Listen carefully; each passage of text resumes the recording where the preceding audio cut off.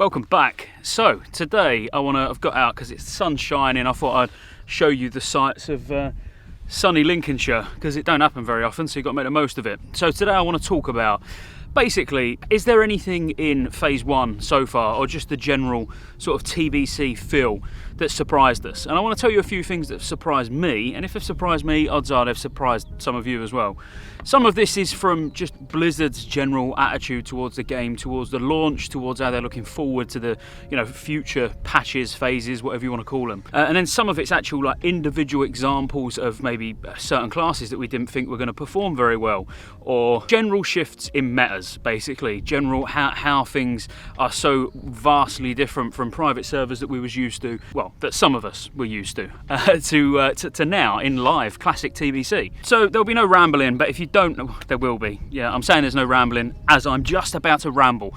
If you don't follow me over on SJ Gaming Live, make sure you do. Click the link in the description. I'll put a card up there. Come and subscribe over on that channel, because from this evening pretty much straight through till Sunday I'm going to be streaming Ashes of Creation, because the NDA is lifted in about 5 hours at the time of recording this. So going to be able to stream it, you'll be able to see what it's like. You might have high hopes for the game already and you want some questions answered. Come on the stream, ask me to do whatever you want, in Ashes of Creation, and we'll try and learn all of it together. But yeah, that aside anyway. So I think the first thing that's really surprised me is Blizzard's general reaction and actions that they've took to certain things in the game. So some specific examples. Now, this is not about whether these decisions were good or whether these decisions were bad.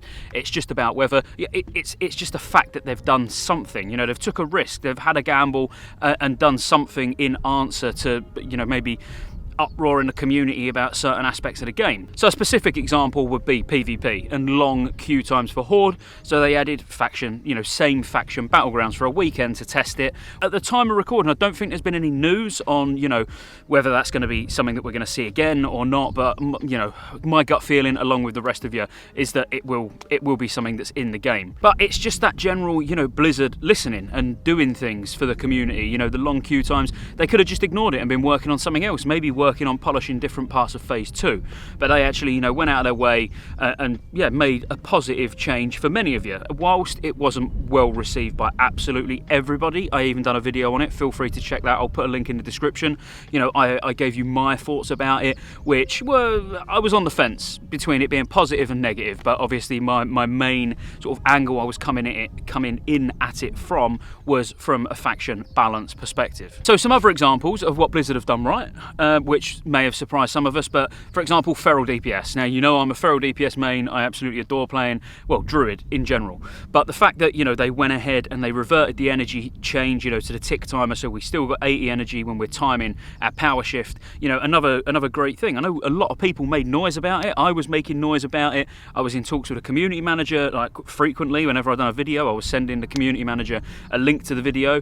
Now, but it wasn't just me, obviously, there was hundreds, thousands of Druids everywhere, just basically trying to get it changed, and it was a success. It was a success. We're in a good place, and actually I'm going to be coming on to Feral Druid in a little while around one of the other topics. But I think in general Blizzard have just been really good at jumping on certain issues, and there's been bug fixes going out regularly, more or less every week, with one thing or another. Even though there was problems with Magferrodon early on, where it was, if you interrupted using the cubes, obviously interrupted the Blast Nova, it could do one back to back if you didn't interrupt it during its cast. There's been a lot of things that have been jumped on quite quickly, so shout out to Blizzard. I think they've done a good job so far. And then next, so class representation. Now, I was saying in the build-up to TBC, if you watched any of my earlier videos, I was saying that I thought class representation was going to be skewed massively, because I was thinking that everybody's going to be playing Hunter or Warlock, all the tanks are going to be prop paladins.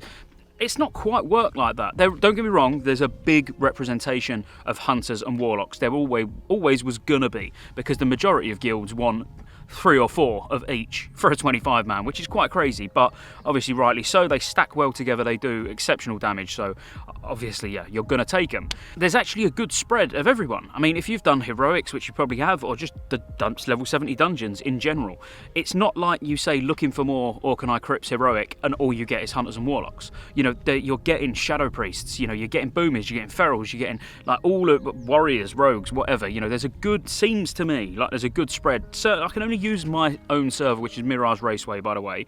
I can only use that as an example, or sort of a baseline, if you like. Overall, that's a surprise to me, to actually see that there is a good balance of classes. Recruiting for the guild has been fairly easy. There are some classes that are still quite difficult to get, as in I feel like there's a bit of a shortage of Shadow Priests, if I'm completely honest with you. But again, I could be wrong. This is purely just my opinion of what I'm seeing, what I'm experiencing. We're seeing Fury Warriors, even though you'd probably prefer an Arms Warrior in your raid. We're seeing a lot of Rogues, and the Rogues are performing really well, which I'm going to get onto shortly. But overall, that was a surprise to me. I really genuinely did think you'd go looking for more for a heroic, and it'd just be Hunters and Warlocks as DPS. But purely because of all the videos that, not just myself, but there's loads of great content creators out there that have been putting out content all through the beta, or even before the beta, and everyone was fairly aligned that there is going to be a need for a lot of Hunters and Warlocks, and I thought that was going to be something that we might have seen just get a little bit out of hand, but it hasn't, or from what I'm seeing, it hasn't. And I know we talked about drums to death, every video, each week, there was something, or there was a conversation of some description to do with drums, but that is another example of where Blizzard are actually making changes. We know, hashtag some changes, but the majority of the changes they've done have made sense. I mean, I'm not going to sit here and lie and say like, oh, I fully back the drums change, because I didn't. I've said it in multiple videos that, I personally haven't got an issue with drums the way they were, and rotating them, and it is going to come. In Zola Man, everybody's going to be doing that, because when it gets more difficult content and the drums, we get the greater drums, which is basically the normal drums. All it's done is prolonged the issue. And again, I'm not going to get into whether things are right or wrong, because that's not the aim of the video. But I do see us probably talking about drums in a couple of phases time again. This is a touchy subject for a lot of people, because any time I mention raid difficulty or raids being too easy or anything like that, everybody feels the need to smash that dislike button. So I'm not going to say raids are easy. I'm going to say raids are doable by the vast majority of the population. So I'm not saying they're easy, I just think they're accessible. I'm going to say accessible. But that covers no surprise. So you're like sat there probably at the moment like, why is he talking about this in a what surprised me video? Because that didn't surprise me, but what did surprise me is things like Hiking Mulgar being killed, on a log in 15, 16 seconds. Things like that. The general output, the damage output from raids in TBC has far surpassed my expectations from all classes. I don't just mean warriors are doing more damage than I thought they would, or rogues are doing more damage than I thought they would. Every single class is just doing that much more damage, and it probably does have something to do with, because we proceeded on from Classic, where people have got really powerful trinkets from Nax and things like that. Don't get me wrong, that's gonna make a difference. But actually, I didn't play that much Classic, Nax or anything like that, because I was too busy doing content for TBC and playing TBC servers, So I didn't have all that, and even I feel like I'm doing far more damage than I was on servers that we don't talk about. Like, genuinely, an extra 300-400 DPS.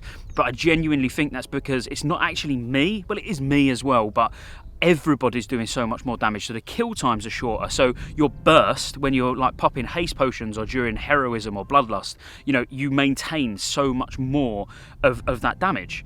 And I believe that's where this sort of inflation of numbers has actually come from, rather than, oh, the Classic player base are just better than the private server scene, because obviously that's not true. And private server bosses and stuff like that were obviously tuned, so they would last longer. You would have to be more mindful about mechanics, because let's face it, most of the mechanics, I'm not going to say you can ignore them in raids. There's lots that will wipe the raid, but they're not quite as deadly, obviously, which is absolutely fine. As I say, I don't care whether the content's easy or hard, it's not part of the discussion. But what surprised me was these quirky ways of killing bosses, such as Hiking Mulgar, where you can just pull him with the 2 adds, stack them up, cleave them down. It's absolutely crazy, and not something I personally thought we would see. And even the Gruul kill times are ludicrously quick. We're already dropping tanks, we're dropping healers. On Magferrodon, where you would typically use 5 tanks, people are doing it with 2 and 3, which is mental. I mean, we're down to doing it with 3. Healers, you would have 7 or 8 or something like that, and people are running 5s and 6s. It's just everything, that the speed at which we're killing is so much higher because we can drop tanks, we can drop healers. Because if your healers are not going then obviously why would you have 7 healers when you've got 7 healers all ending on 50% mana? Put them under a bit more pressure, drop 1, you know, now they all might end on 10, 20%, but you're still going to kill the boss and you're going to kill it quicker because you've got more damage. But it's these things on certain bosses where I'm seeing guilds kill bosses in ways that I wouldn't have even expected to be a thing. And as I say, High King Mulgar is probably the biggest example I've got. But, you know, even we're single tanking everything in Karazhan, for example. And I know a lot of you are. I get a lot of you come in over on the stream, over on Twitch, or here on YouTube, and, you know, you're saying, like, oh, I've just solo tanked Karazhan, like, it was really comfortable, blah, blah, blah. You know, it's not going to be long if we're not doing it already, where it's 1 tank, 1 healer, 8 DPS, which is something I think we're actually going to try next reset, to be fair. And I think it's going to be comfortable. And then my final point. So the final point, I've alluded to it, you know, where I've been talking about the amount of damage people are doing. But, you know, I'm guilty of it, you know, saying about warriors and rogues sitting on the bench during TBC and stuff like that, which don't want you to misunderstand me and say that they're exceptional, because they're not. I've never actually said anything bad about their damage. Their damage is good, but it's just not a melee friendly expansion, and they don't bring a lot. You know, that's the issue. And even now, warriors are proving they can pump. Rogues are proving they can pump.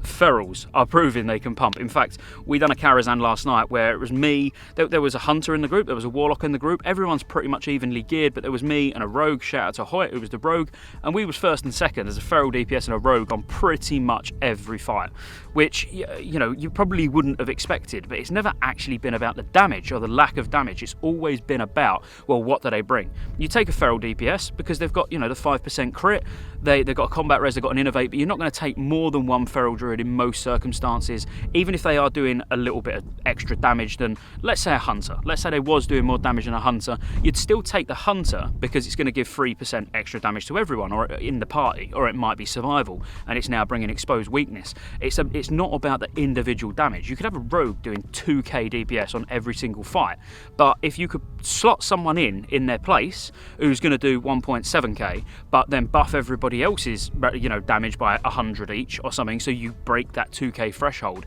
It's never been about the damage, and we are seeing it, but we are seeing more. Like, I've seen a couple of 25-man setups where they've got 2 warriors, maybe an arms and a fury. We ran an arms and a fury last night, but it's not optimal, but the damage they do is very good, but it's what you could put in their place. But my surprise has actually been the amount of damage that they're doing. They are doing more damage, and it has surprised me. They're doing more damage than I expected, particularly rogues. I knew warriors, you put them in a cleave situation, of course they're going to do exceptional damage, but they're even popping up on warcraft logs amongst the thousands of hunters and warlocks on Gruul. Because Gruul, if you look at warcraft logs, all you'll see for the first 1,000 top rankings will be hunters and the occasional warlock thrown in. But then the only melee representation you're starting to see in that top sort of 1,500 is the occasional warrior, the occasional rogue, you know, things like that. So it's surprising. It surprised me. If any of this surprised you, let me know in the comments, because I'm going to leave it there. It was just a quick short video to end Friday before I start smashing Ashes of Creation all weekend and you don't see me again till Monday. So make sure you smash that like button, that subscribe button, and I'll see you on the next one.